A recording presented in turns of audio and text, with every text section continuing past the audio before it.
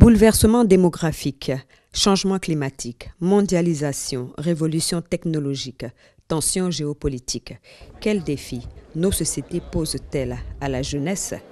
Il s'agit pour le mouvement des entreprises de France, à travers cette université d'été, de faire le point sur les grandes mutations du monde auxquelles la jeunesse doit s'adapter et tracer les perspectives. Pour en parler, des invités prestigieux, au rang desquels la première dame de Côte d'Ivoire, présidente fondatrice de Children of Africa, Dominique Ouattara. Invitée d'honneur ce jeudi, son exposé va porter sur le thème général de cette université d'été formidable, jeunesse. Parmi les autres invités, de marque du MEDEF, la princesse Rania, l'épouse du roi de Jordanie, et l'artiste sénégalais, par ailleurs ministre conseiller du président Macky Sall, Youssou N'Dour.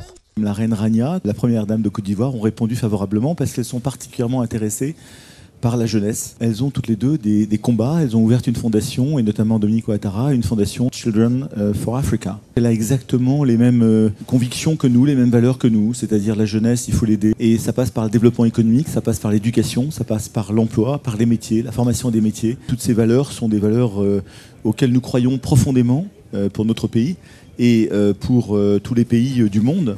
Et je dirais pour le continent africain, qui, je dirais, a besoin de ce réveil et de ce développement économique à venir ou qui est en cours, mais qu'il faut pousser, accompagner. Dominique Ouattara va, outre présenter sa fondation au service des plus démunis, notamment les jeunes, son combat contre le travail des enfants, mais également toutes les initiatives de l'État de Côte d'Ivoire en faveur de la jeunesse et de l'emploi des jeunes. Le MEDEF, la plus grande organisation patronale de France, montre ainsi sa volonté de s'impliquer dans la problématique de l'emploi des jeunes, quand on sait qu'en France, 25% des jeunes connaissent le chômage.